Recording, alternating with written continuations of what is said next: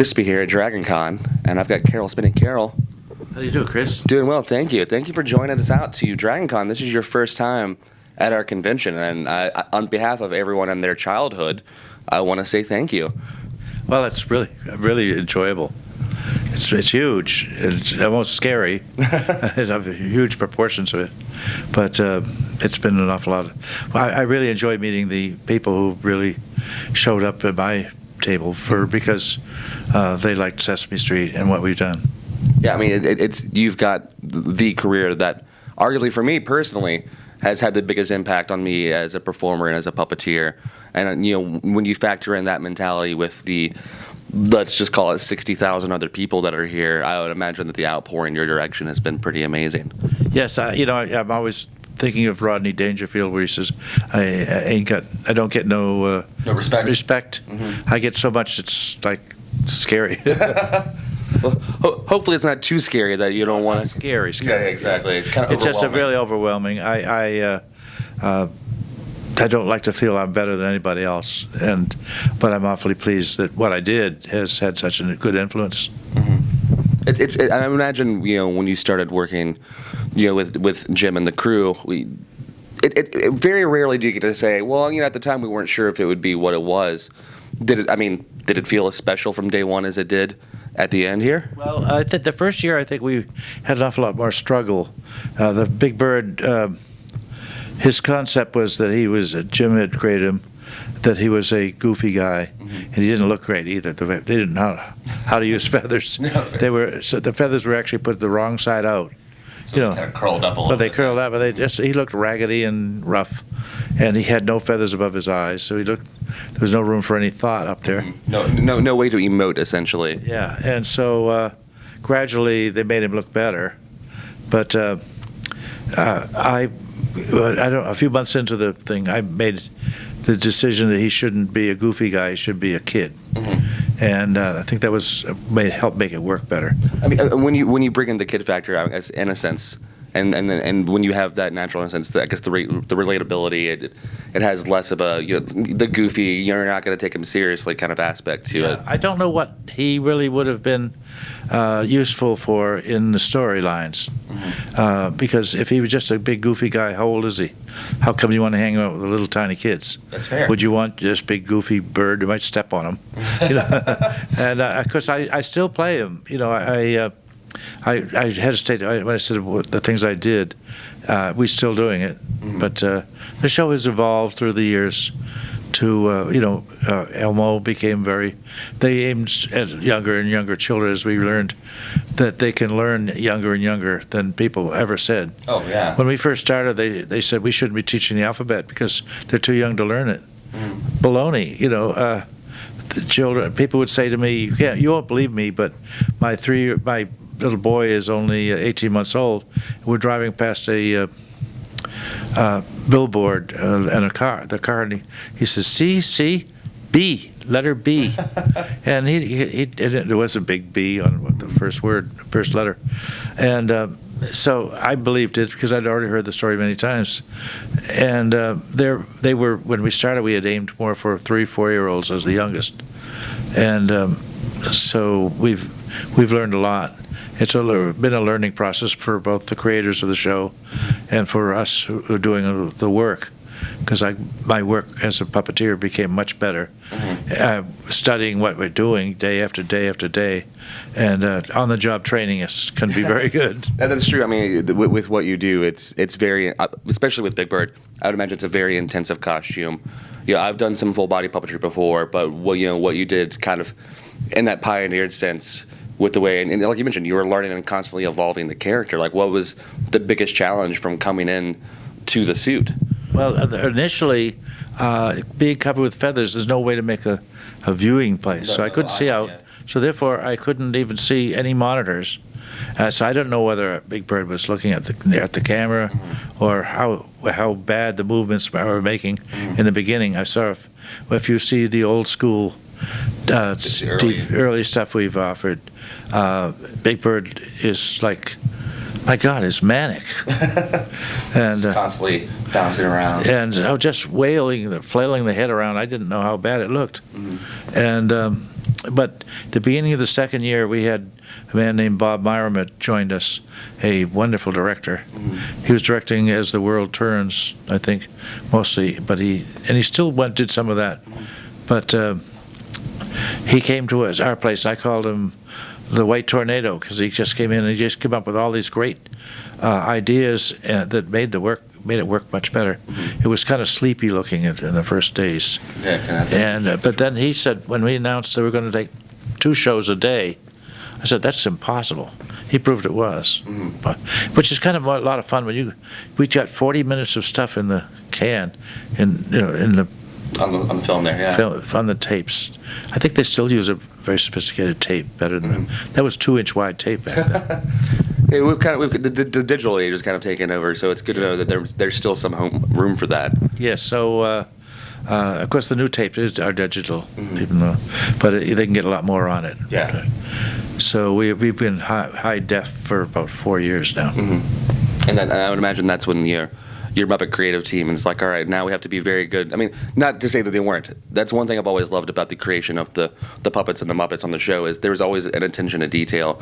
And I think in a high def age, more and more people are actually getting to witness those details. They had to change a lot of the details of the set because leaving analog and going to high def, you could see the fakeness of it. Yeah, kind of the staged effect. So we wanted to get away from that because we initially, so many people said, what do we do, block off a street? And they thought it was a real street. Yeah.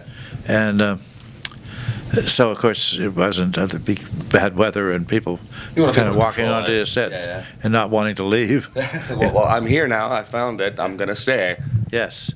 So we occasionally use Central Park and stuff, but we have to hire guards to keep people from walking through the scene. And I don't like when they go out on like that. We don't have enough control. And then that's an interesting thing to have that control because with what puppeteers do, you need to have that control so it feels authentic. To make sure you have your sight lines and things like that. Yeah. I imagine when you're on the park, that wouldn't necessarily be as convenient and that's not as secure, like you mentioned. Right. It just it's so inconvenient compared to working on the set, and you can't get things done in a squick. Yeah. So therefore, it's much more boring for the performer while they're moving things around and the hurry up and wait mentality. Essentially. And that was what I found out. The one movie I made, Follow the Bird, that bird. It's a good movie. It's fun. Yeah. But we only got about 2 or 3 minutes material in the can at the end of the day, every day, and so we get 40 minutes in at home up there. Not as much now because we have so much CG stuff we add to it. There's more digital elements, more separate pieces and things. Yes, I'm quite psyched that HBO is now involved because there's probably the richest network. Yeah. And they're willing to we're going to tape more episodes because now we'll be able to afford it. And it's not my expenses. I'm not involved with the business. But you're still, as a fan, I know when they announced that, people are like, well, are we not going to be seeing as much? And I've been telling them, like, no, really, you're going to see more, and it's going to be bigger and better. More, right. And even the first year, we have stuff that's going to be, that we've already filmed.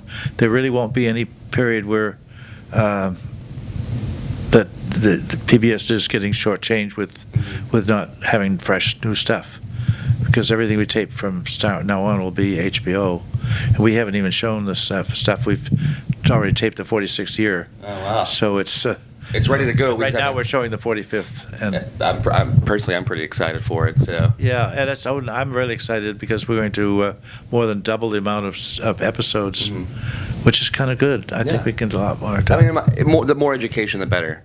And that's kind of how I feel, and the more fun you guys get to share in that. I think one of the genius of the creation of the show, from the original people who forged it together, they realized that the show had to be as funny as it is educational. And it's genuinely funny. People can watch. Very, very much so. Perhaps it was a little funnier in the early days. I don't know. Well, I think it still is funny, and that's one good thing that I've loved at what Sesame Street has become is the writers of the show today are still very aware of modern culture.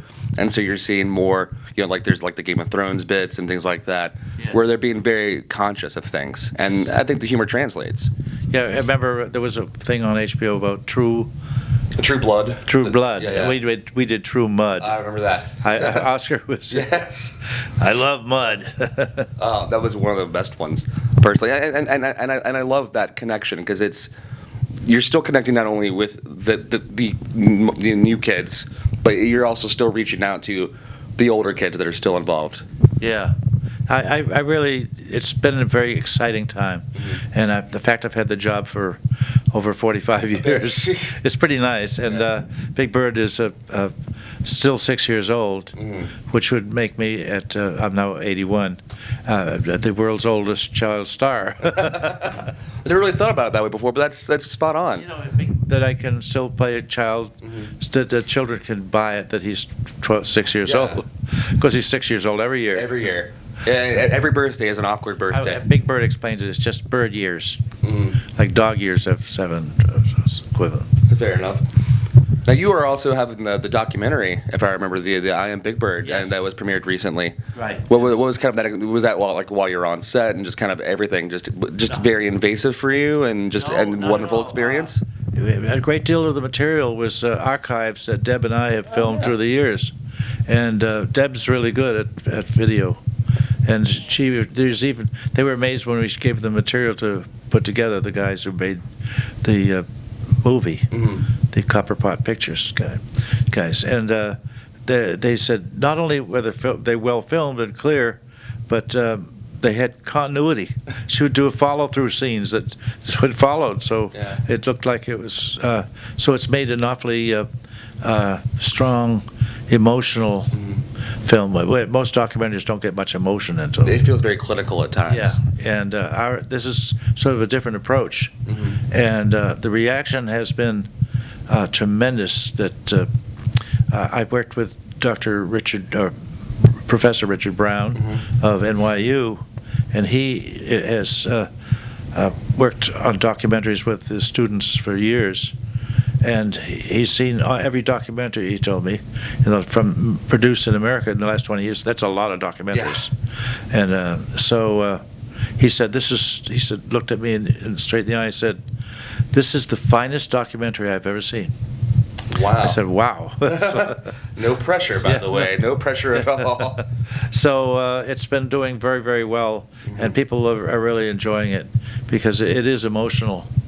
And but if you think about it, an awful lot of things that have been worked on and are successful do have emotions involved, and but they explore are truly into our lives, like Deborah and I. She joined me in the 3rd year of Sesame Street. I saw her on set one day and I fell madly in love. I didn't know who she was or even spoken to her yet, but I said, I'm going to marry that girl. I did. And here we are. Yeah. So that's really. There was no mistake. We have a magical, happy marriage. That's fantastic. Yeah. Well, on behalf of Dragon, Caroll, I want to again thank you for you making the journey down to our little street, our little Peachtree Street from Sesame Street, and I'm really looking forward to what Sesame Street is bringing, and I'm thanking you personally for being a major inspiration in my life and the many others of our fans here at DragonCon at home. Thank you. I'm so happy to be here. Thank you so much. Thanks so much. Thank you.